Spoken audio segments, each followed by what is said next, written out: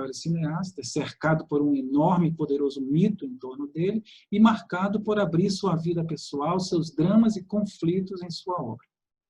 Tal postura do artista nos dá, a nós, simples mortais, uma grande chance, a de uma identificação muito forte, ou seja, a de encontrarmos um pouco de nossa própria subjetividade e conflitos ali, naquela obra, né, trazida por ele.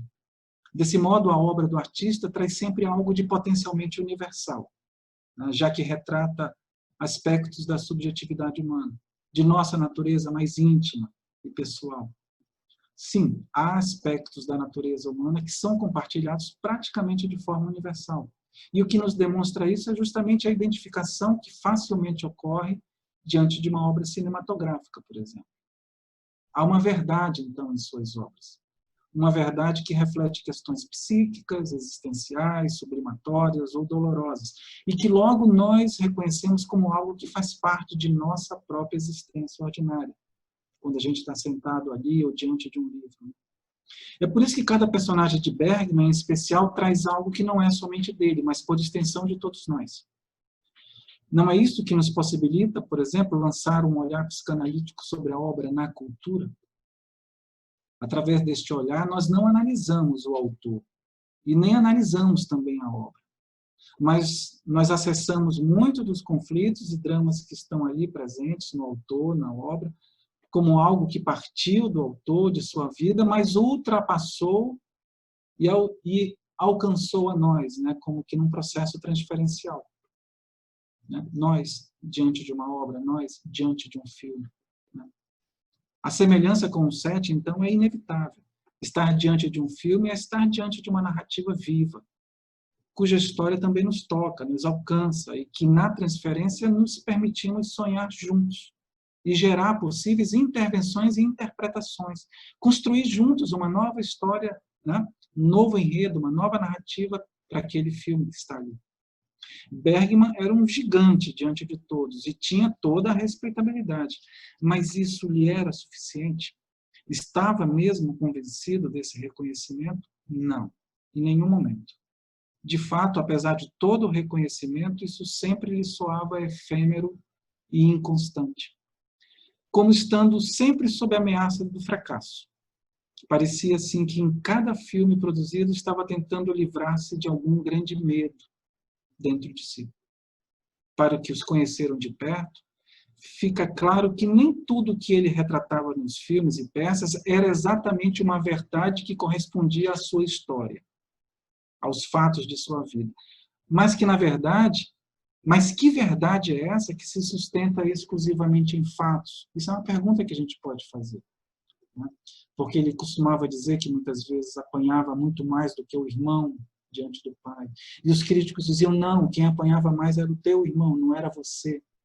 E a pergunta que eu faço numa hora dessa é, que verdade é essa que se sustenta exclusivamente nos fatos? É uma provocação, porque a gente sabe que muito da ciência trabalha com um conceito de verdade que é uma verdade factual.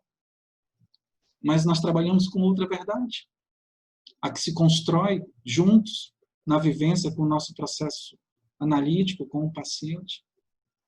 Nós não somos detetives, nós não somos arqueólogos, nós reconstruímos alguma coisa juntos. Então, que verdade é essa que se sustenta exclusivamente em fatos? Não seria um conceito muito banal de verdade? Disse, por exemplo, que ele não apanhou tanto do pai, e sim seu irmão é que era a maior vítima. Ora, retratar-se apanhando ou levando surras do pai não seria uma forma dele também projetar na tela grande as identificações que ele tinha com o irmão, o amor que ele tinha pelo irmão muitas vezes, e as dores que ele sentia de um pai violento e rígido também sobre ele? Onde estaria a verdade, então? Na expressão de suas dores e sofrimentos. A verdade não está no fato, a verdade estaria na dor, no sofrimento. Ele nos estava contando a sua história da mesma forma como nós contamos a nossa história. Às vezes num divã ou num sofá, repleta de fantasias, que se misturam à realidade dos fatos. Como num grande sonho, muitas vezes, mas que traz uma verdade, a da nossa dor. Essa é inquestionável.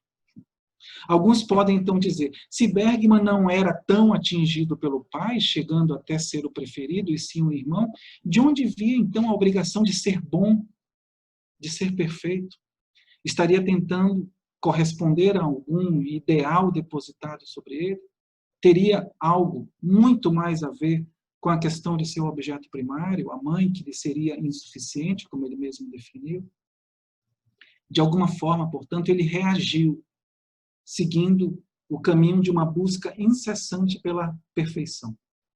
Perfeição que poderia ser a possibilidade de, enfim, montar um quebra-cabeças que ajudaria a lhe explicar e tornar compreensível a sua própria história, escapando ao caos que sempre lhe tomava conta. Enfim, a busca incessante pela perfeição parecia, desse modo, obscurecer a muitos a sua possível adequação submissa, excessiva, onde teria que ser sempre mais e melhor. Sabemos que alcançar a perfeição seria como alcançar as respostas. E isso é uma questão muito central na existência do Bergman. Respostas.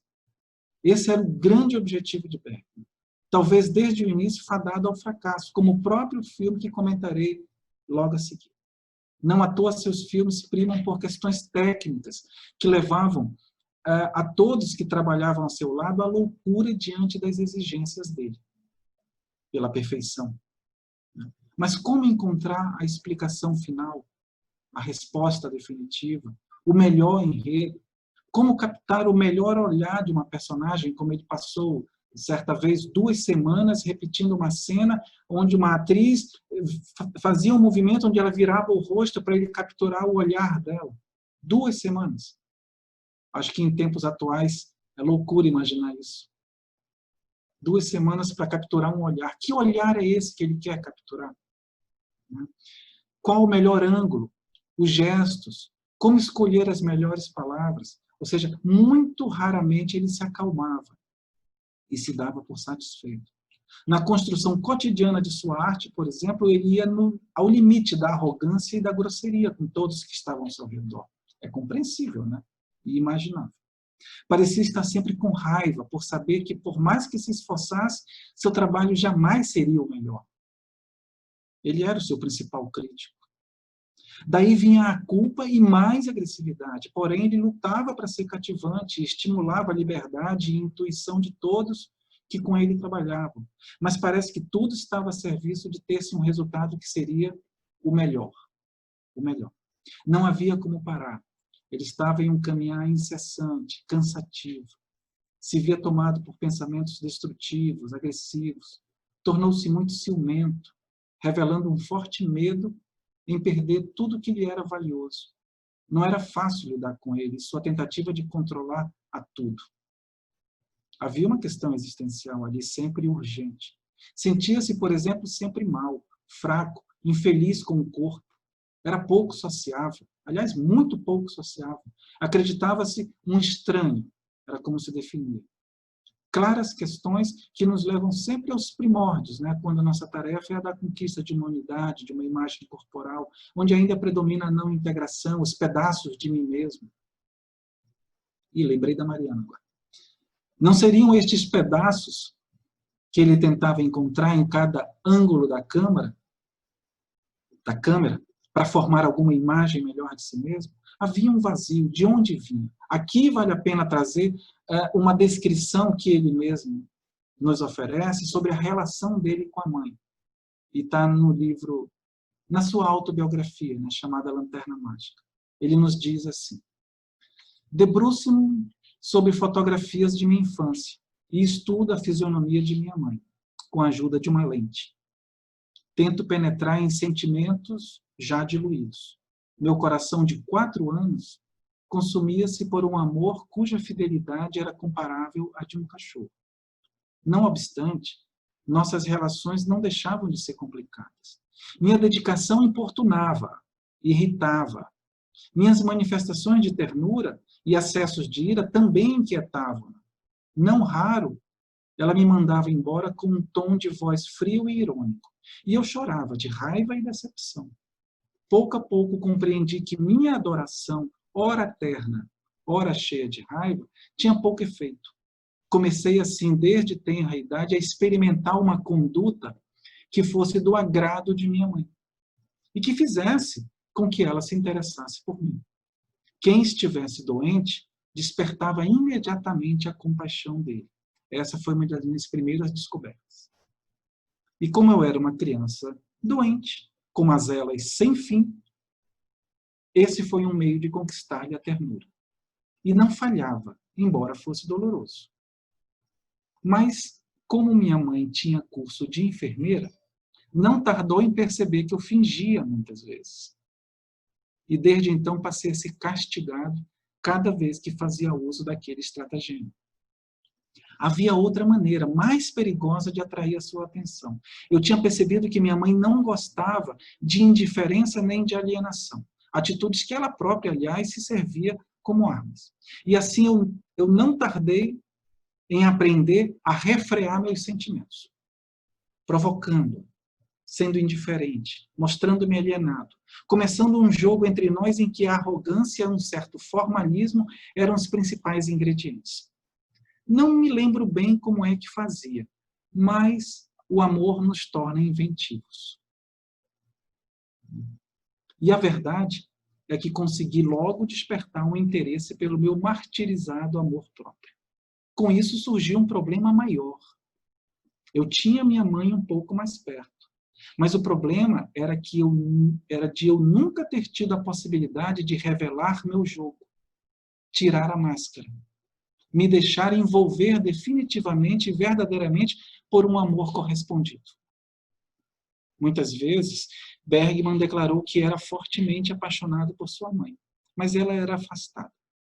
O fato é que o precário relacionamento com a mãe lhe alimentou uma visão sobre a mulher, em geral, como um ser vitoriano, irrepreensível, hostil à vida sexual e que cercava todos, à época.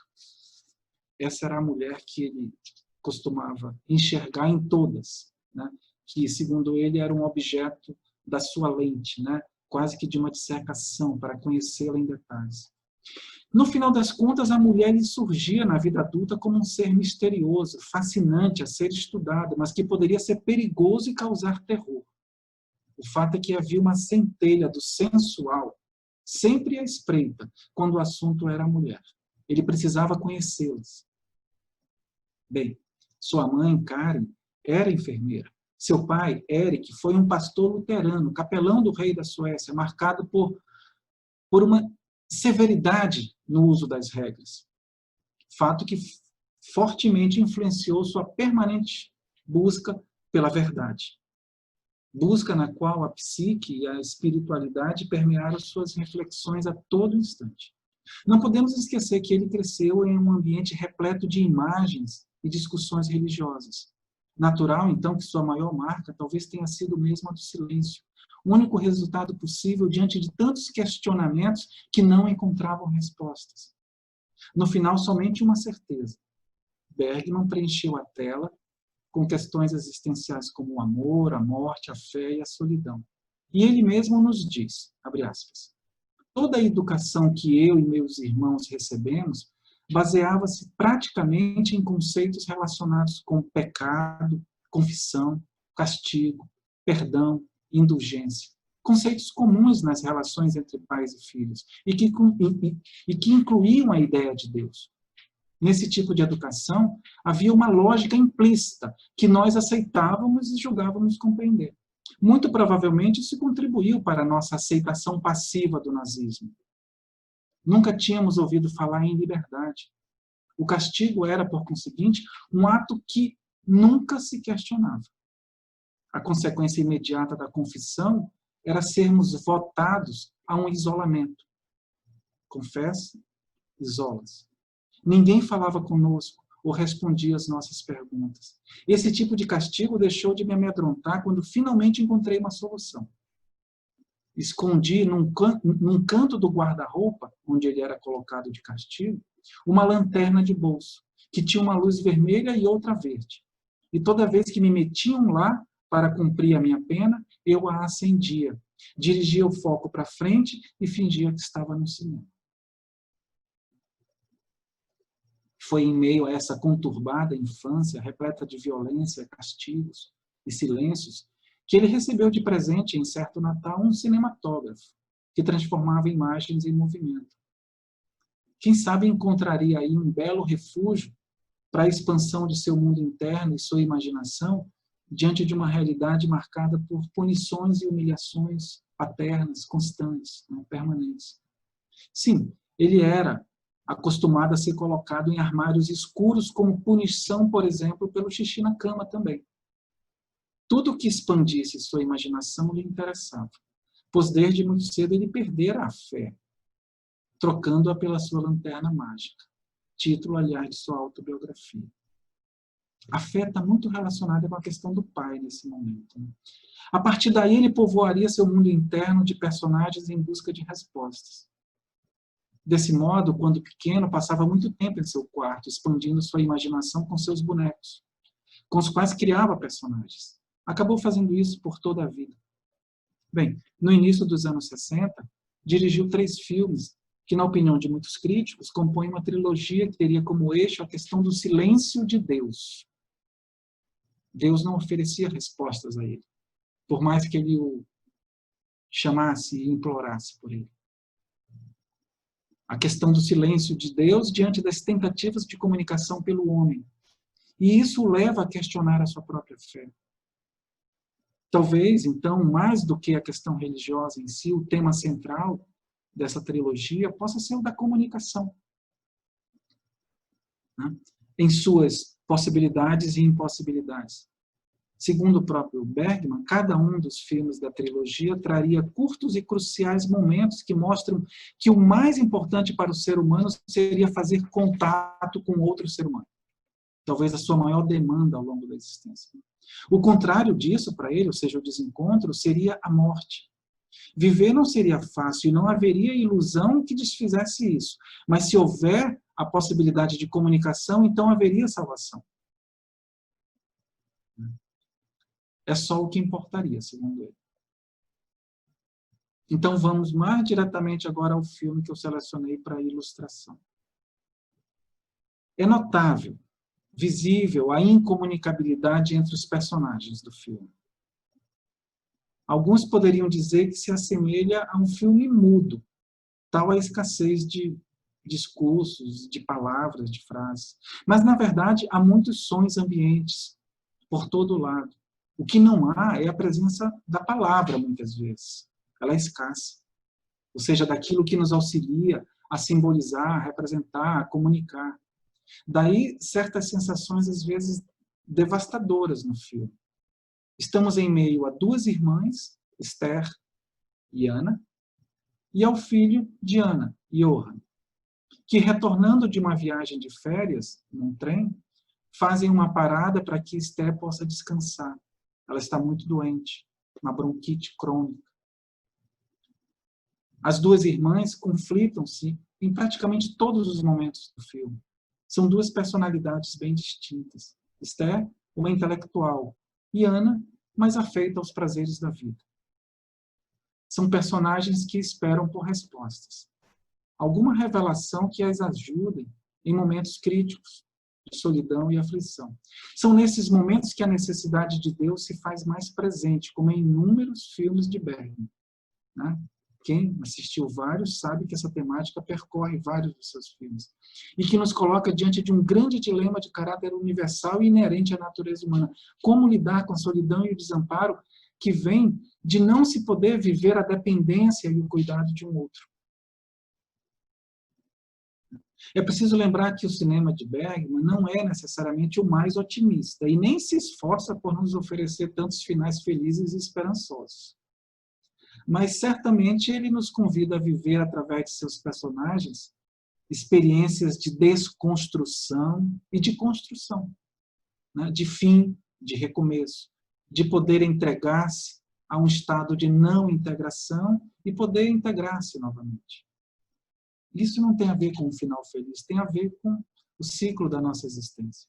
Não à toa, o seu cinema é muitas vezes, portanto, monótono, arrastado, deprimido, sempre no sentido de que nos coloca diante do significado da nossa construção identitária, questão que tomou conta de sua existência por toda a vida.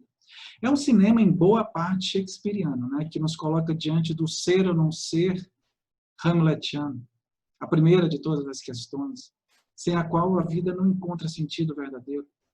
Bergman, então, nos coloca diante da nossa própria existência, né? Da resposta do possível eu sou, entre aspas.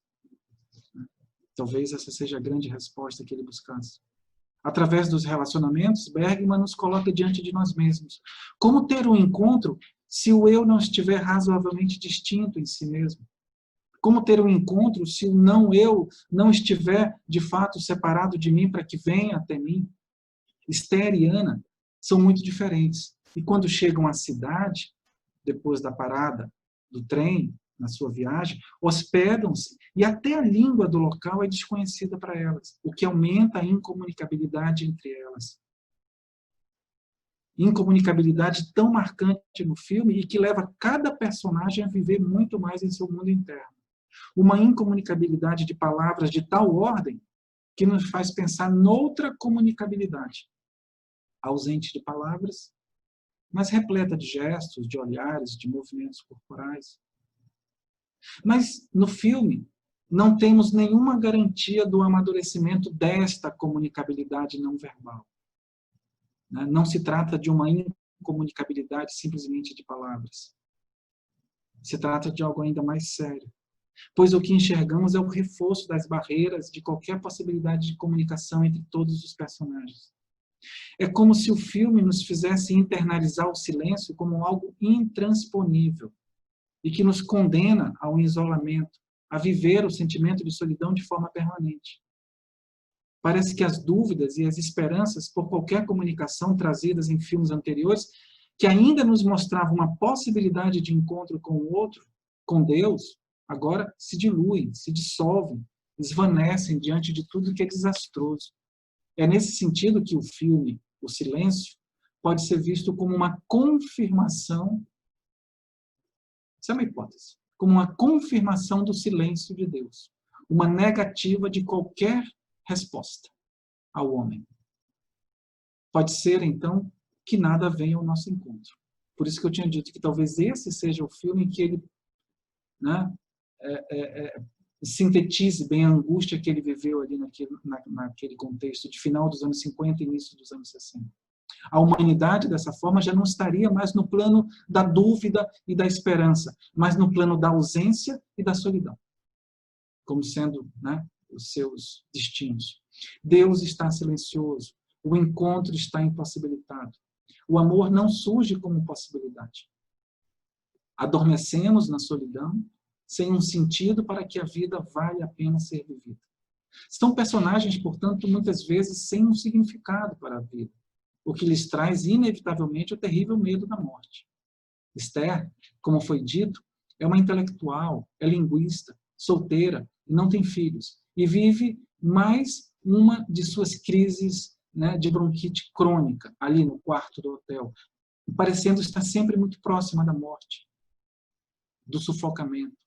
Suas palavras não encontram saída, até mesmo sua respiração é difícil. Porém, ela tem como atendente do seu quarto de hotel, um senhor, uma possibilidade de comunicação não verbal, um tanto de mutualidade vivida com esse senhor, que cuida dela, onde ela pode experimentar algum cuidado por parte daquele de quem ela pouco entende as palavras, porque ele se esforça por falar, ele é muito velhinho e a língua é muito estranha e tudo é muito difícil para ela escutar. Eles sempre, quando se comunicam, ficam pertinho um do outro e até para a gente só saem ruídos, assim, alguma coisa, murmúrios.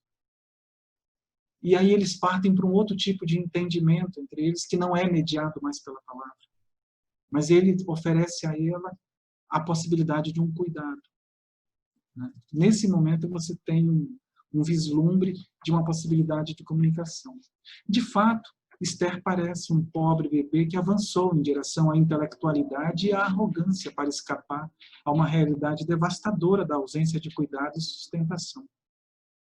Já ao final do filme, quando Johan, o garotinho, né, que seguirá a viagem com a mãe, deixando Esther no quarto e seguirá junto com a mãe no trem, começa a se despedir da tia, Esther, e esta pede ao atendente papel e lápis para lhe escrever algo, deixa para ele uma pequena carta.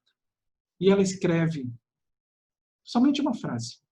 Ela não consegue concluir. ela só escreve uma frase. Abre aspas.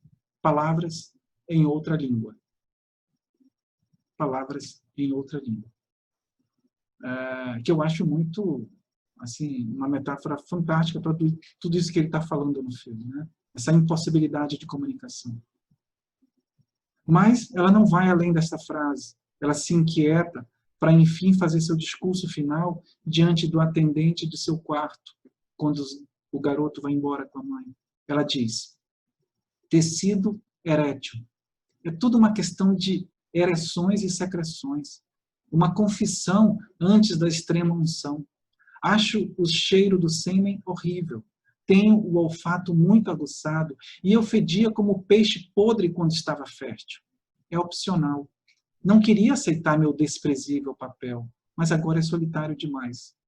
Tentamos tomar atitudes e as achamos inúteis. As forças são muito fortes. Quero dizer, as forças horríveis. É preciso ter cuidado com os fantasmas e as lembranças. Para que isso? Não adianta discutir a solidão. É perda de tempo. Nesse momento, é inevitável lembrar de uma descrição do próprio Bergman na sua autobiografia, quando ele diz assim: quando eu nasci, um dia, quando o nosso médico nos visitou, olhou para mim e disse, esta criança está morrendo de fome. Foi então que minha avó me levou para sua casa de campo e me alimentou com pão de ló molhado em água. E embora eu fosse me recuperando, vomitava muito e tinha dores de barriga constantes. Tive ainda uma série de doenças inexplicáveis, parecendo mesmo que não podia decidir se queria viver ou não. Do mais profundo do meu consciente, ainda hoje posso me lembrar do meu estado, o cheiro das secreções do meu corpo, as secreções referidas pela Esther, né? As roupas úmidas, apertadas, a luz mortiça da lamparina no quarto, a porta entreaberta que dava para algum quarto contíguo, o respirar profundo da ama de leite, passos dados, pé ante pé, murmúrios, reflexos do sol na garrafa de água. De tudo consigo me recordar, menos daquilo que me causava medo. Esse sentimento só veio mais tarde. Voltemos a Esther na sua cama em crise, né? Que após uma forte crise que a sufoca, diz, não quero morrer assim, não quero sufocar. Foi horrível, agora estou com medo. Isso me assustou. Não pode acontecer de novo, uma nova crise. Onde está o médico? Tenho que morrer sozinha? Mãe, eu estou doente. Mãe, venha me ajudar. Estou com tanto medo. Não quero morrer. Passada a crise, ela diz a Johann, na sua despedida final, não tenha medo, não vou morrer, estou me recuperando. Escrevi esta carta a você como prometi. Não tenha medo, não tenha medo. Johann é uma criança que, em meio à incomunicabilidade do mundo adulto, vive em seu labirinto, tentando preencher o silêncio com sua imaginação. Está sempre olhando para a realidade externa, mas sempre através de janelas que têm vidros entre ele e o mundo. Sua vida parece entediante e, em certo momento, ele fixa os olhos nos pés da mãe, Ana, e diz a ela que esses pés devem levá-la para todos os lugares. Mas onde estão os seus próprios pés? A que lugares ele pode ir? Só lhe resta, na maioria das vezes, ser terno com a mãe, seu objeto maior de amor, buscando se aconchegar em lugares do seu corpo. Esse filme ele foi classificado por muitos críticos como sendo incestuoso, como sendo, enfim, algo que estimulava o incesto entre as duas irmãs ou até com o filho. Eu acho que houve uma grande confusão dessa turma que não conseguiu perceber o que é a busca por uma mutualidade, o contato corporal das duas irmãs, do garoto com a mãe, esse se aconchegar do filho em cada lugar do corpo dela, ainda que ela estivesse tomando banho nua numa banheira, e ele lá tentando se aconchegar junto a ela. Não se trata de incesto. Se trata de mutualidade, se trata de uma tentativa de recuperar esse objeto de amor. Bem, a cidade em que descansavam está em guerra, e os barulhos de aviões lhe aguça a sensibilidade e a imaginação. Quando ele se aventura a sair do quarto, nas poucas vezes, né, do quarto de hotel, ele coloca o seu revólver de brinquedo na cintura e fica escondendo-se por entre paredes imóveis, tentando controlar o perigo que ele imaginava existir ao seu redor. Na cena final do filme, Johann, já com sua mãe no trem, fita os olhos sobre aquela carta deixada pela tia, onde ele só encontra a frase, palavras em outra língua. E só lhe resta levantar os olhos, fitá-los na sua mãe, sentada à sua frente, que suava e se contorcia aterrorizada, enquanto sua cabine era tomada por barulhos que vinham de fora, das engrenagens do trem deslizando de forma estridente pelos trilhos. Seu olhar volta-se para a carta, se perde sobre ela, sem palavras, como que buscando algum tipo de compreensão, um encontro, uma resposta também. Assim termina o filme, sem resposta alguma, sem encontro algum, sem explicação nenhuma. Um filme que bem poderia ser visto como uma Torre de Babel, com uma incomunicabilidade reinante, como na sexualidade desvairada de Diana, no ódio e na agressividade de Esther, na trupe de anões que eles encontram no hotel que só falam em espanhol, na própria língua sueca, muitas vezes falada no filme sem tradução, que em si já nos lança no incompreensível, né? No uso excessivo do imaginário pelo Johann, na linguagem murmurada do garçom, né, que nos joga em meio a uma comunicação ruidosa, tudo conspira para uma não comunicação nesse filme. O que é isso? Né? Como é que podemos pensar sobre essa comunicação que eu estou chamando agora de ruidosa?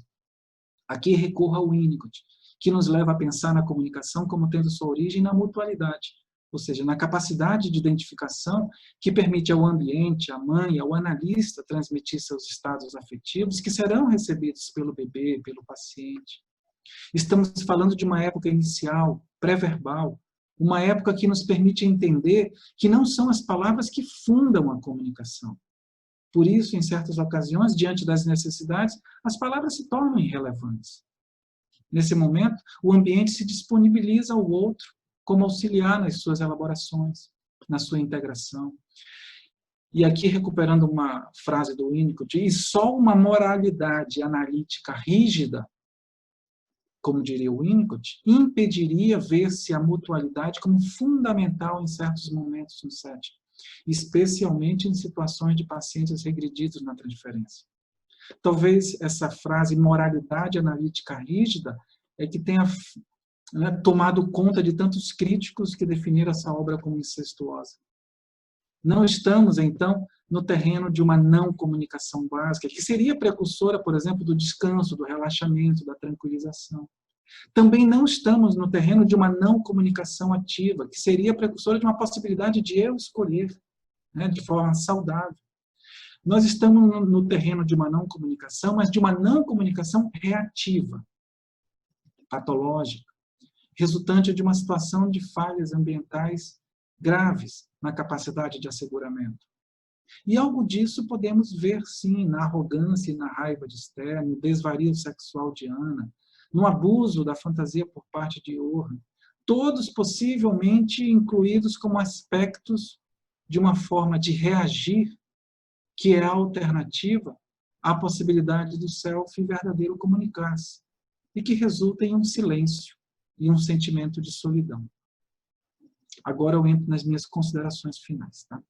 Já bem adulto, num domingo de dezembro, Bergman foi à igreja para ouvir o oratório de Natal.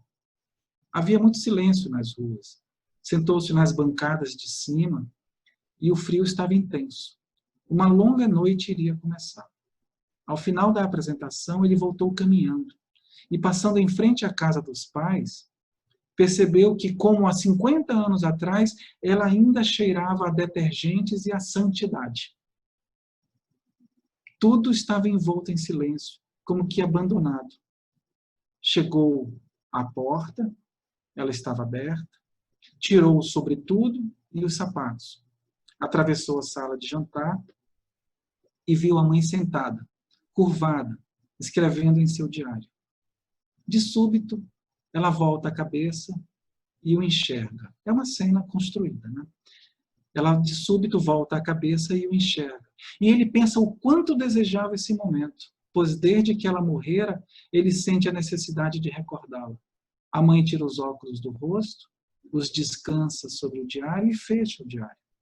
Ele lhe dá um beijo na testa e diz: mãe, sei que estou incomodando a você, pois esse é o único momento em que você tem para ficar sozinho. Sei que é quando o pai repousa antes do jantar que você lê ou escreve em seu diário. Mas eu fui à igreja ouvir o oratório de Natal de Bach.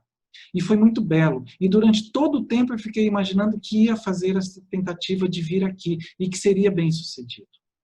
A mãe sorriu ao ouvi-lo dizer isso, pois ele sempre passava por ali e nunca lembrava de visitá-los. E ele diz a ela: tem razão, mãe, mas sabe como eu sou bergmaniano. Ou seja, não devemos incomodar os outros, né? Não devemos ser intrometidos. Mãe, não se zangue. Deixe-me ficar aqui sentado nessa cadeira velha só por uns minutos. Não preciso sequer que você fale comigo. Se quiser, pode continuar escrevendo no seu diário. Mas eu tenho uma pergunta muito importante para lhe fazer, mãe. Há uns anos, creio que no verão de 1980, eu estava sentado no meu escritório, em Faro, na ilha de Faro. Caía uma chuva miudinha de verão. Eu fiquei vendo e ouvindo a chuva. E, de repente, tive a sensação que você estava junto a mim, a meu lado, e que eu podia até segurar-lhe a mão se eu quisesse. Tenho absoluta certeza. É esta a razão por que eu quero lhe perguntar se naquele dia, de fato, você estava ali comigo, no meu escritório, ou se tudo foi uma fantasia minha, mãe. É que isso não sai da minha cabeça, entende? E ela diz: não era eu, estou certa. Mas, mãe, nós ficamos amigos, não foi? Nós ficamos amigos. Quero dizer, quando deixou de existir aquela relação mãe e filho, podíamos falar francamente um com o outro, com o coração nas mãos. Ficamos amigos, não se lembra? Eu me pergunto muitas vezes se compreendi o que foi a sua vida, ou se me faltou muita coisa para compreender a sua vida. Terá sido a nossa amizade apenas uma ilusão também minha, mãe? Onde está a amizade que devia haver entre nós? E o seu amor de mãe, onde está? Eu sei que na nossa família não usamos esta palavra, amor. O pai na igreja, ele fala do amor divino. Mas e aqui em casa? Lembra-se o que foi a nossa família, mãe? Lembra-se? E a mãe responde: vá falar com outra pessoa sobre isso. Me sinto demasiadamente cansada. Com outra pessoa, mãe? Mas quem? Só lhe restava Deus, parece. Bem, foi a Ilha de Faro, local descoberto para as filmagens do primeiro filme dessa trilogia, que Bergman escolheu para viver por mais de 40 anos, entre idas e vindas, até o dia de sua morte. Uma ilha remota, pequena, com pouco mais de 600 habitantes, marcada pelo solo árido, formações rochosas singulares e ventos muito fortes. Essa ilha foi definida por ele como sendo a sua paisagem, a sua casa. E ele nos dizia o seguinte: os demônios não gostam de ar fresco. Eles gostam mais que você fique na cama, com medo. Sempre vou dar uma volta após o café da manhã. Depois eu sento, sempre no mesmo horário, e escrevo por 3 horas. Então, às 3 da tarde, vou para minha sala de cinema. Para uma pessoa tão desorganizada como eu, é absolutamente vital ter essas rotinas rígidas. Parece uma vida solitária, mas quando eu estou na Ilha de Faro, nunca estou sozinho. Nunca me vejo como uma pessoa solitária. Minha empregada chega às 15 horas e depois vai embora. Às vezes passo dias sem falar com ninguém. E penso, eu deveria ligar para alguém, mas deixo para lá. Porque há algo também prazeroso em ficar quieto. Mas eu gosto de falar, então não é isso. Às vezes pode ser satisfatório. Não é como se eu ficasse sentado aqui filosofando, porque eu não sou bom nisso. É apenas o silêncio. E isso é tão maravilhoso às vezes. Após seu último filme, Sarah Band, em 2003, uma formidável sequência de cenas de um casamento, Bergman praticamente se aposentou. E em 2006 fez uma cirurgia no quadril, com difícil recuperação. Morreu no ano seguinte, durante o sono. O que dizer, então, finalmente, sobre a solidão. Esse sentimento que brota de um tipo de silêncio que experimento quando ninguém vem ao encontro do meu gesto. Um sentimento que vem de um desencontro, de um não encontro que me deixa absorto em meu mundo interno, quase sempre despovoado de confiança e de esperança. Um lugar onde eu me distraio de vez em quando, mas que ainda espero por alguém, por um encontro, por respostas. Ainda será possível? Para Bergman, nesse momento, não mais. Deus estava em absoluto silêncio. A vida é assim. Como escrevera sua mãe em seu próprio diário no dia em que Bergman nasceu. Essa é o último trecho da autobiografia. A frase da mãe no dia em que ele nasceu. A vida é assim mesmo. Cada um tem de se arranjar o melhor que puder. Obrigado a todos. Era isso que eu queria trazer para a gente conversar. Tá bom? É um texto que me dá... Que delícia, Henrique. Eu acho que a gente pode abrir para as perguntas, enfim, para os comentários. Marisa Porto, né, de Natal, do Rio Grande do Norte, vai organizar, vai escrever. Eu queria fazer só 2 comentários. Não, tem um monte de coisa, mas eu vou fazer só 2 comentários, né? Quando você fala, né, Henrique, eu achei 2 coisas muito que me chamaram muita atenção, que lembram muita gente a diferença, né, tanto teórica quanto técnica que o Winnicott propõe para a gente, né, quando você diz não somos detetives, não somos arqueólogos, né, essa é uma ideia bem freudiana, e aí você diz, nós somos construtores, criadores, né, alguma coisa assim, então, e aí eu fiquei pensando, né, como desse silêncio, como quando o Winnicott fala, né, que nós emergimos de uma solidão essencial, né, que passa por essa experiência anterior. Tem uma partezinha até num texto que ele, acho que na Natureza Humana, que ele diz assim, o estado anterior da solidão é um estado de não estar vivo, sendo que o desejo de estar morto é, em geral, um disfarce para o desejo de ainda não estar vivo. A experiência do primeiro despertar dá ao indivíduo a ideia de que existe um estado de não estar vivo cheio de paz, que poderia ser pacificamente alcançado através de uma regressão extrema, né? E aí isso me fez pensar bastante assim na importância desse silêncio que é comunicacional, que é essa busca da mutualidade, né? E aí uma outra questão que você traz, assim, que para mim tem feito muito sentido, assim, eu falei recentemente sobre isso com um grupo de uma universidade, justamente que aponta assim, né? Eu acho que hoje em dia até a nossa formação, sabe, enquanto analistas, assim, tem sido posta e tem sido posta para a gente, para transformar, vamos dizer assim, né? Então, a possibilidade de olhar para uma cena, né? E não ver, por exemplo, o incesto, como você trouxe bem, né? Ver, por exemplo, a busca pela mutualidade, pela experiência de mutualidade, né? Que não é a primazia do sexual. E não que não exista o sexual, mas que não há só o sexual, né? Entende? Acho que isso é bem, bem importante, assim. Bom, acho que a gente pode abrir, quem gostaria, né? Trazer questões. Obrigada, Henrique. Nada. Essa questão do sexual eu quis enfatizar porque foi uma trilogia muito... Esse filme em especial foi muito associado com essa questão. Né? E sempre gerou um certo incômodo isso, porque fala de alguma coisa, vamos dizer, que, enfim, não corresponde, né? Não corresponde a isso que a gente pode observar hoje com mais tranquilidade, né? Com mais confiança.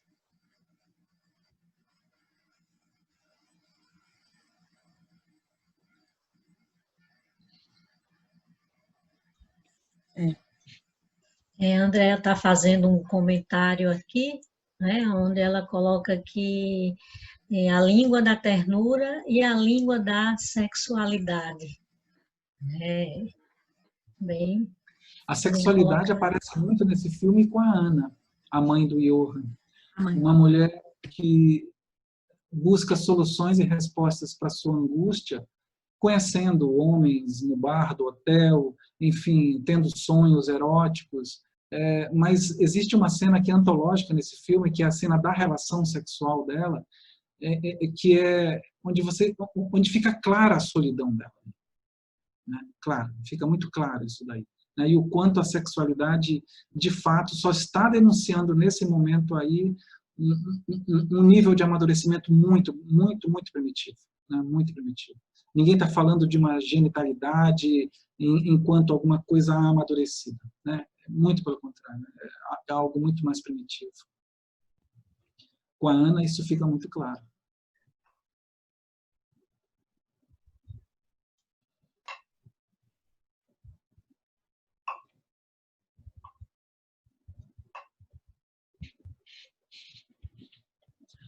Então,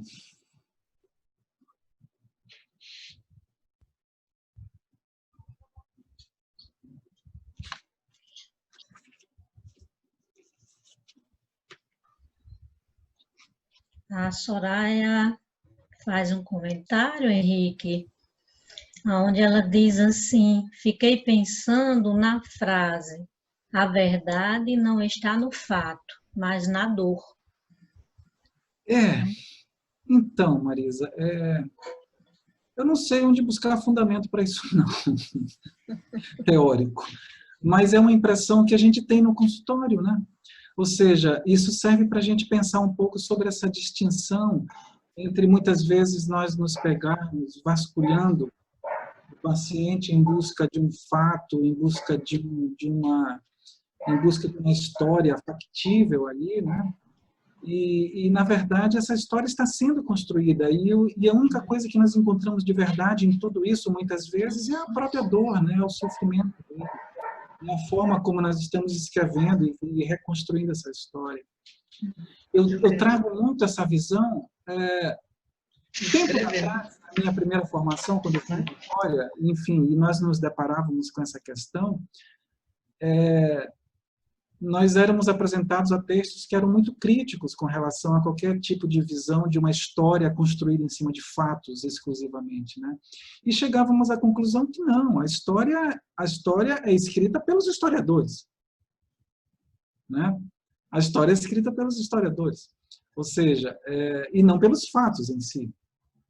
Então, se a história é escrita pelos historiadores, no consultório eu costumo pensar como isso se dá. Não que a história seja escrita pelo analista, mas nenhum historiador também escreve uma história sozinho. Ele escreve a partir dos fatos também. Né? Então é nessa construção que em algum momento, né, que o próprio Freud já nos alertava para isso, em algum momento começa um processo de construção ali. Né? E que isso vai ficando no lugar dessa busca que é insensata por uma história factual ali. Né? Então, o que me parece que a gente não pode perder de vista, o ponto, o eixo, é a dor, o sofrimento. Né? Ela não pode ser negada, ela não pode ser contraposta a um fato da realidade qualquer. Como tentaram fazer quando Bergman escreveu esse filme, né? Ou outros filmes, e ele se mostrava como um filho que tinha apanhado muito do pai, o exemplo que eu trouxe. Não, o fundamental ali que ele estava mostrando era a dor dele, o sofrimento dele, essa é verdadeira. Né? Henrique, a Soraya gostaria de fazer um complemento Claro. ao comentário dela, e em seguida o Cleon pediu para falar também, e depois vem a Sara. Pode ir, Soraya, posso falar? por favor. Tá certo. Sim. Bom, boa noite a todos. Primeiro, Henrique, parabéns, assim, eu achei uma sensibilidade muito grande, assim, a forma como tu conduziste, me deu muita vontade de assistir, né, esse filme, ou assistir outros filmes, né, dele, né. E em relação à frase, essa, assim, que eu gostei demais, essa da questão do minimizando um pouco o fato e valorizando a dor, né? Me lembrei, eu acho, fiz uma conexão com a teoria do trauma do Winnicott, porque ele fala que não seja importante o trauma, mas trauma é uma intrusão. Mais importante que a intrusão é a reação à intrusão. Então eu fiz assim, fiz uma ligação, né, com essa situação e também me reportei daí às situações clínicas, como a gente precisa respeitar a reação à intrusão do paciente, a dor do paciente, e não necessariamente supervalorizar o fato. Exato. Então, gostei de poder juntar, pelo menos na minha cabeça, não sei se tu pensa dessa forma também, mas eu achei que dava para ligar as duas coisas com a questão da teoria do trauma do Winnicott. Acho que está perfeito. Eu acho que isso nos liberta, né, de uma busca que eu acho que muitas vezes é insensata, é desgastante, e nos coloca naquela posição de nós termos que lidar cada vez mais com esse não saber, né? Cada vez mais com aquela escuta flutuante, com aquela associação livre que nós, analistas e profissionais, somos tomados por ela a todo instante, né? E que nos impede, às vezes um comentário, uma interpretação está ali na ponta da língua e você não consegue falar porque você já é tomado por novas coisas, né? E você vai construindo, e quando você percebe, você está construindo junto. E é isso, né? Você está construindo junto. E Cleon, por favor. Oi, Cleon. Olá, Henrique. Olá para todo mundo. Boa noite para todos. Né? Muito feliz de estar nesse pré-encontro aí, em todas as casas de vocês e na Paraíba, com a Catarine, com a Andréia. Enfim, acho que a Soraya já que provocou essa questão da verdade, né, dos fatos e da dor, já fazendo um aperitivo da mesa de amanhã, né, vou querer me debruçar um pouco sobre isso, né, exatamente sobre essa provocação que não tem resposta, né, a gente suporta o paradoxo. Mas entrando um pouco mais a fundo nisso, né, que é um pouco o que a citação da Caterine fez pensar. No início não existe solidão, porque só vai existir solidão depois que eu me der conta, né, que eu estou acompanhado. Né? Quando eu me dou conta que eu posso estar acompanhado, então isso significa que antes eu estava só. Né, que eu estava num momento de solidão. E o Winnicott, todo tempo ele constrói a teoria dele em cima disso, né? Esse não é primeiro o id, depois o ego. Quando se estabelece o ego é que eu me dou conta que existe um id. Né? Então a fundação do id é junto com o ego. E acho que para a gente poder entender essa dinâmica, né, da questão da dor como experiência, e eu acho que aí o fato da experiência, da palavra experiência, nos ajuda. A dor como experiência, ela é vivida como fática, né, como circunstancial, porque a verdade, ela ou é a verdade fática, né, que é essa verdade do arqueólogo, investigativa, ou ela é a verdade circunstancial, e a dor é uma verdade circunstancial.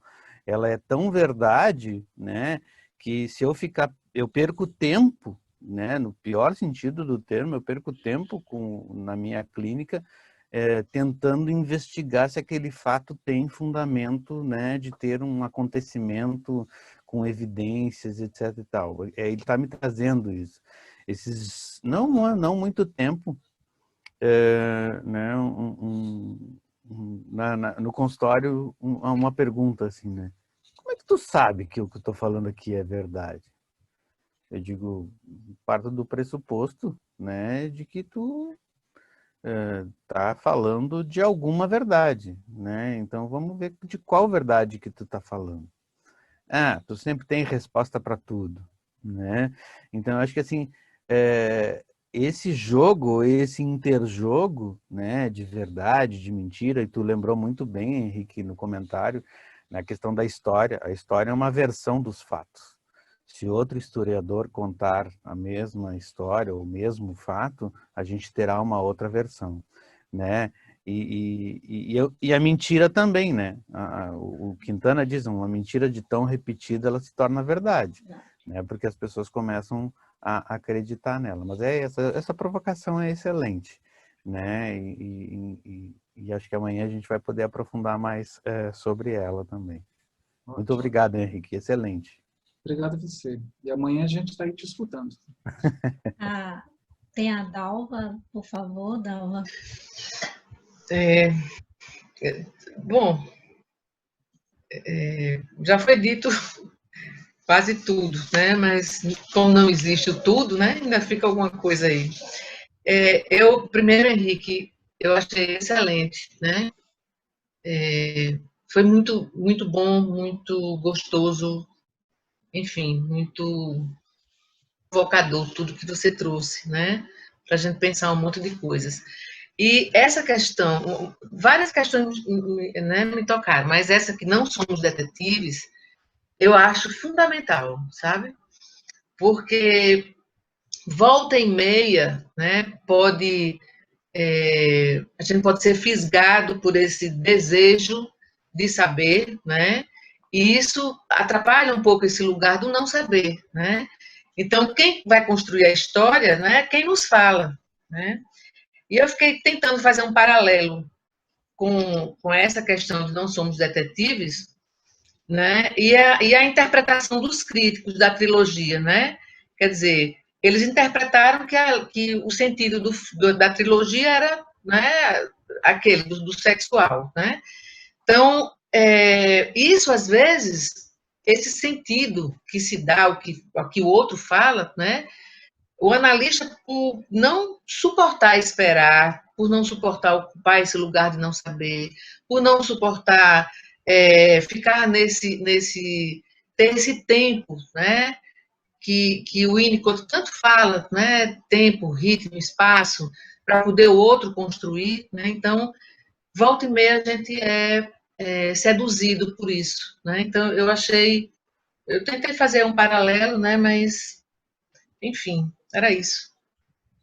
Sabe, Dalva, em um outro paralelo também pode ser feito com a própria busca do Bergman, né? Alguém que passa a vida inteira vasculhando, né, com o que vendo o mundo e se relacionando com o mundo através de uma lente de aumento, uma lupa ali, tentando entender cada detalhe, cada minúcia, né? Tentando encontrar a resposta definitiva, o melhor, Sim. né? Ou seja, uma evidência clara de não conseguir suportar esse não saber, né? Porque alguma resposta faltava, né? Mas isso é tão primitivo que faz a gente pensar que, olha, existe um filme dele também, Persona, que esse filme termina, salvo engano, não sei se termina, mas tem uma cena muito marcante nesse filme, que é um garoto, a silhueta de uma criança, diante de uma tela enorme na frente dele e tem um rosto de uma mulher ali. E o filme termina com esse garoto colocando as mãos, tentando tocar nesse rosto, mas na verdade esse rosto é uma projeção numa tela, né? Mas ele está ali tentando tocar, né? Eu acho que isso fala muito dessa busca dele em inúmeros filmes, né? De tocar nesse rosto, de tocar, de sentir essa pele viva, né? Não dessa mãe afastada, mas dessa mãe presente, né, de ter esse olhar direcionado para ele que ele procurava, porque esse garoto ele olha a tela, ele faz uns movimentos interessantes que faz a gente perceber que ele está procurando um olhar, alguma coisa assim. Então, isso está presente em muitos filmes dele. E ele se transformou numa espécie de um grande obsessivo, né, nessa questão, né, de encontrar isso. E às vezes, se nós não cuidarmos, nós podemos também nos transformar em grandes obsessivos no consultório. Verdade. Mas, né, não pudermos sustentar esse não saber e ficarmos em busca de alguma resposta, né? Alguma resposta em especial. Alguma resposta. Henrique, tem um pedido aqui da Sara, que diz o seguinte: eu gostaria que o senhor pudesse repetir sobre o silêncio e o ambiente. Quando há silêncio, o silêncio não patológico, o ambiente permite uma troca comunicativa que não necessariamente requer palavras, correto? Sim, né? O silêncio não necessariamente ele é patológico, não, né? Existem formas de não comunicação que são sadias, são saudáveis, né? Como a gente citou, por exemplo, uma não comunicação que me permite, por exemplo, relaxar, descansar, ficar ali sentado numa poltrona, lendo, bebendo alguma coisa, assistindo algo e colocando na plaquinha da porta, se não perturbe, né? Alguma coisa assim, porque é um silêncio, é uma não comunicação necessária para que eu possa me encontrar com a minha tranquilidade. Outra possibilidade, que não é só do relaxamento, que o Winnicott cita também, é de uma não comunicação mais ativa, né? Ou seja, quando eu posso escolhê-la também, quando eu posso optar por ela, quando eu posso, né? Nesse caso, o silêncio, ele é descanso, ele é tranquilização, ele é opção, ele é possibilidade de, né, de um retorno à não integração, para que eu possa me desmanchar um pouquinho, né, descansar e depois me montar um pouquinho os pedaços de novo. Né? Difícil, eu acho, é não poder fazer isso. Né? Difícil e duro é não poder fazer isso e ter que se sustentar numa posição muito rígida, que gera um tipo de silêncio que é devastador, né? E que me joga diretamente na experimentação de um sentimento de solidão, e que está bem distante de uma capacidade de estar só, de uma experimentação de tranquilidade. Né? Isso. Bom, a Andrea faz mais um comentário dizendo o seguinte, Henrique: parece que Bergman, através das personagens e dos seus enredos, vai se visitando e nos convidando a uma certa identificação com as suas dores e lacunas. Algo parece ser projetado ali e toca no campo transicional das experiências do self. Eu acho que toda a existência dele, a produção cultural dele fala muito disso, né? De experiências permanentes que ele está tentando fazer. Esse convite não é nem um pouco disfarçado, não. Ele mesmo sabia, muitas vezes, que... eu acho que eu trouxe alguma coisa nesse sentido, de que ele tinha uma certeza de que a obra dele poderia até ser melhor se ele colocasse mais dele mesmo ainda nessas obras. Então, não há um filme dele que você não o veja ali em alguns momentos, seja numa garotinha, seja num garoto, seja num senhor idoso, como em Morangos Silvestres, que é fantástico, seja em persona, numa das moças lá, enfim, ele está em todos os lugares do filme dele. É uma busca incessante. A arte, para ele, é um campo potencial onde ele está tentando se encontrar, né? Terminar o processo de construção identitária ali, me parece. Então, é um campo de experiência, assim. E ele não se exime, ele não se disfarça. Né? Ele quer se enxergar. Tanto que ele dizia, tem um trecho naquele documentário que eu citei, que ele diz mais ou menos assim: não me importa quantos vão assistir meus filmes, me deixem fazer os meus filmes com quantos minutos eu quiser, porque o que importa é que eu depois vou assisti-los na minha casa com calma. E eu quero encontrar algo ali. Bem, ele podia fazer isso, né? Acho que Hollywood não permite. A Adriane faz o seguinte comentário: parece que a nossa história é uma construção junto com a mãe, junto com o pai e também com irmãos. A falta, só um momentinho, o que é que passou? A falta desse junto demonstra a verdade da dor, do silêncio, do que não é narrado. Muito sensível. E como a literatura, os filmes nos fazem vivenciar saídas possíveis. Obrigada. Adriane? Eu acho que a cultura, de uma forma geral, ela nos dá essa possibilidade. Né? Eu sempre vejo essa possibilidade, né, de você entrar no cinema, abrir um livro e ter ali uma possibilidade de um encontro, né? De um encontro, de alguma coisa com nós mesmos. Assim. É uma possibilidade, é um presente isso tudo para a gente. É muito lamentável, embora necessário às vezes, simplesmente passar batido pela arte, simplesmente passar batido por tudo isso que nos é oferecido. Né? Eu lembro de, às vezes, entrar em salas de cinema, alguns anos atrás, tenho ido até menos, mas... e você está visivelmente diante de um drama e você vê as pessoas, às vezes, parte da plateia, com uma ânsia por sorrir, por rir, por encontrar ali só uma comédia. Então, foi um momento assim, muito, muito visível para mim, aquela passagem, principalmente dos anos 90 para os anos 2000, onde parece que alguma coisa no cinema me chamava muita atenção, que estava mudando. Parece que não eram mais permitidos filmes que te fizessem pensar ou sair de lá pensativo. Sabe? Você tinha que entrar rindo e sair rindo, como se fosse um grande programa coletivo de diversão, assim, em grupo. Ok, eu acho que tem isso também, mas isso me chamava a atenção. Parecia que a arte estava perdendo alguma coisa, né, dessa possibilidade de gerar identificações, assim.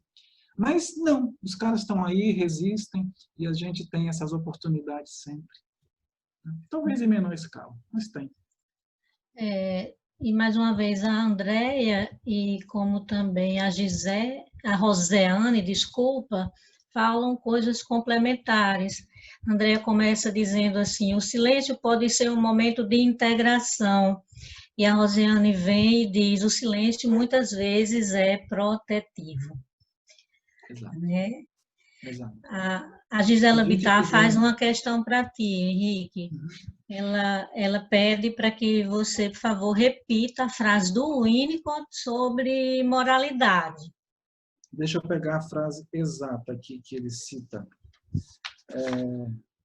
Mas, enfim, ele fala de uma moralidade, vamos dizer, excessiva, que... Peraí, deixa eu ver onde foi que eu citei aqui para pegar exatamente a frase dele. De uma moralidade analítica rígida. Né? É o termo que ele utiliza, né? Para se referir àquela postura que, para alguns analistas ou críticos mais ferrenhos e mais, vamos dizer, rígidos, né, na sua formação, talvez, porque ele denomina, olha, moralidade analítica rígida, que nos impediria, portanto, de ver na mutualidade algo como sendo, né, um recurso fundamental dentro do consultório. É uma frase em que ele cita, eu não estou recordando o texto, mas depois eu posso citar, quando ele é muito questionado sobre a questão do toque no paciente, o toque, né, no paciente, o toque no corpo do paciente, e que isso até hoje é sempre uma questão, mas que diante de situações ou de estados, vamos dizer, regressivos, a gente sabe o significado disso às vezes. Né? É por isso que diante de uma necessidade, a palavra às vezes perde um pouco a sua relevância, a aproximação ganha um pouco essa relevância, o toque ganha um pouco essa relevância, justamente porque nos permite entender a importância da mutualidade. Né? Então ele pede para que a gente fique um pouquinho atento a essa, às vezes, a essa moralidade analítica que pode ser muito rígida e nos atrapalha. Né? Nos atrapalha.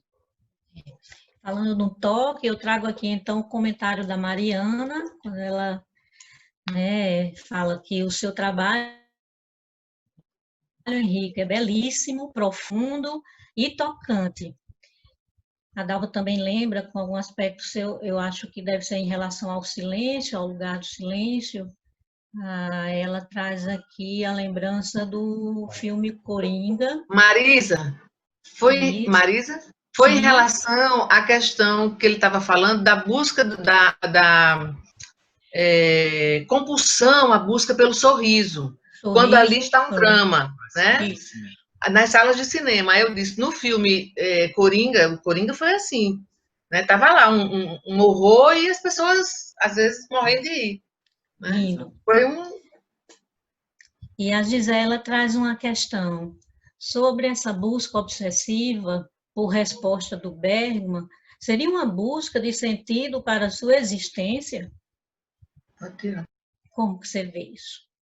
Então, eu acho que sim, né? Em primeiro lugar, Mariana, obrigado pelas tuas palavras, tá? Eu acho que um elogio teu nesse sentido faz muita diferença. Mas vamos lá. Eu acho que essa busca obsessiva dele, né, que o transforma num investigador nato, né, em busca dessa resposta, está diretamente relacionada, assim, com, em primeiro lugar, seria muito fácil a gente dizer que está relacionada exclusivamente com a presença de um pai, vamos dizer, violento, abusivo, né, pela questão da religião, de Deus, esse pai como sendo esse Deus que é buscado para lhe oferecer uma resposta. Mas é também tentador falar da ausência dessa mãe que ele se refere durante, né, vários momentos na sua autobiografia e nos trabalhos, na busca desse olhar, na busca desse rosto. Eu acredito, eu costumo pensar dessa forma, e eu vejo isso acontecendo com muitos pacientes que me trazem, às vezes, questões paternas do pai, e que, no final das contas, esse pai vai aparecendo no setting como sendo aquele que me resta diante de alguma coisa que não me chega e eu já quase não tenho mais esperança, né, lá de trás, que era o colo da minha mãe. Então, muitas questões paternas acabam se revelando, vamos dizer, a porta de entrada para se encontrar demandas e necessidades que são muito mais primitivas, né? Eu costumo pensar, às vezes, que o desamparo, e aí pegando um pouco aquela concepção de Freud, que nos coloca o desamparo como algo que o humano busca resolver junto a Deus, né? O nosso desamparo junto a Deus, buscando a nossa proteção, talvez isso sendo a saída, né? Buscamos o desamparo junto a Deus quando não podemos viver a nossa dependência. Quando não podemos viver a nossa dependência. Né? Se nós podemos viver a nossa dependência, talvez a nossa relação com Deus, ou mesmo a nossa não relação com Deus, possa ser de outra forma, mas não para tapar um desamparo ou alguma coisa assim. Então, eu costumo às vezes enxergar esse pai que é buscado para tapar um desamparo, geralmente como aquilo que é mais manifesto de uma situação onde não pode ser vivida uma dependência aqui atrás. Sabe? Isso eu encontro em várias situações. E no caso do Bergman é muito tentador enxergar, eu faço uma leitura dele muito parecida com essa. Né? Essa crítica que ele faz a Deus, que na verdade não é só uma crítica, é um apelo. Né? Um apelo do tipo, me salve, me traga respostas. Né? Como se ele esperasse desse pai castigador que ele teve, mesmo violento e tudo mais, ainda uma resposta para aquele lugar em que ele foi colocado de uma certa incomunicabilidade com a mãe. Né? Quando ele diz, por exemplo, no grande sonho deles, saindo da noite de Natal, né? Pode continuar, escreva no seu diário, deixa eu ficar só aqui do seu lado, como que tentando, né, desesperadamente algum tipo de encontro com ela, e possível, algum encontro possível. Eu acho que a busca dessa mãe nele foi algo que está presente em muitos momentos das obras dele. André, estudante de psicologia, está em estágio em clínica, ela te faz um agradecimento, Henrique, não é, pela provocação que você nos traz, né, nessa relação entre fato, verdade e dor, né, e muito obrigada, são as palavras da Andréa. É interessante a gente perceber que... E Andréa Pires traz... Marisa, é interessante perceber que às vezes as provocações são justamente aquelas que escapam, né, na nossa fala. Sim. Que às vezes você não tem intenção nenhuma de trazê-las e elas escapam. Né? Isso é muito interessante, né? É muito interessante. Mostra muito do que acontece numa sessão de análise, às vezes. Isso. É o que Andréa Pires traz aqui, lembrando, né, que muitas vezes alguns silêncios eles vêm repletos de sentidos, né? Inclusive nas sessões silenciosas. Então, nem sempre é resistência, né? Muitas vezes é realmente a busca por uma mutualidade com o analista, né? Então, tem essa nuance. Mariana traz aqui, rabiscando junto em poesia, aprofundando sobre o silêncio, só preciso do silêncio, o silêncio que ampara, acalma, restaura. Um silêncio continente, que é contorno de um entorno de si mesmo. Nada se diz, nada se ouve, apenas se contém. Silêncio pausa, silêncio alma, silêncio vento, tempo de si mesmo para si mesmo. Muito bonito, a poética aí, trazendo aí, né, para aliviar e dar sustentação ao pesar das dores do existir, né? Eu acho que Tem talvez mais comentários momentos aqui. finais da vida, nos Mas- momentos finais da vida, talvez ele tenha experimentado muito disso, sabe? Quando ele diz que talvez ele precisasse ligar para alguém, talvez ele precisasse falar com alguém, mas ao mesmo tempo não. Mas ao mesmo tempo ele não era um filósofo, mas ele queria estar ali também. E aí ele diz essa frase tão maravilhosa, né? É apenas isso, o silêncio. Isso pode ser tão maravilhoso, né?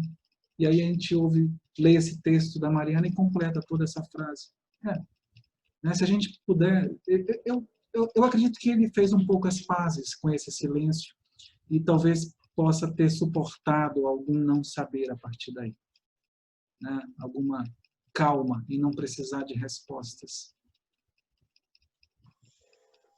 Então, eu penso que nosso tempo, né, Caterine, a gente está esgotando. Liga o áudio, Caterine. Marisa, só tem um Isso. comentário de Kátia, acho que você pode ler, né? Eu não Só estou... para a gente encerrar. Tem um comentário de Kátia Bezerra, que eu acho que Peraí, você deixa eu pode ler. procurar aqui. Ah, desculpa, peraí. Só para a gente finalizar. Tá. Tem uma pergunta, na verdade. Fechou? Achei, aí bati aqui na tecla e eles... Tá aqui. Peraí, Kátia... Meu Bezerra. Deus. Kátia Bezerra, é isso? Isso. Tá aqui. Como a busca pela mãe pode ser?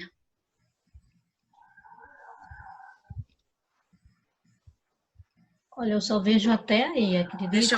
Deixa eu falar. Você tem... Tem. A Kátia Por favor. Bezerra Henrique fala: como a busca pela mãe pode ser compreendida na expressão silenciosa, tendo em vista também que o bebê se movimenta em direção a ou se afastando de. O silêncio seria um segundo momento possível numa relação de dependência saudável? Para ser possível, né? Para ser possível, talvez a gente precise ter vivido esse encontro inicial. O silêncio do Bergman, durante boa parte da sua existência, era um silêncio muito devastador, porque ele estava povoado não de experiências, vamos dizer, de mutualidade ou de encontro com a mãe. Era um silêncio povoado de obsessividades por busca de respostas ainda. A gente só cessa um pouco a busca por essas respostas se a gente pudesse acalmar, se a gente puder vislumbrar alguma possibilidade de viver essa tranquilização, né? Então, nesse sentido, sim, eu acho que é preciso que a gente possa ter vivido alguma possibilidade de encontro no início para que esse silêncio se torne minimamente confortável. Senão ele pode ser a porta de entrada para um sentimento de solidão, né? E isso, sim, nos afasta do amadurecimento, às vezes. Isso. É isso. A gente está no nosso tempo. A gente está no Caterine, final. por favor. Eu tenho aqui uma lista, Henrique, com os nomes, né?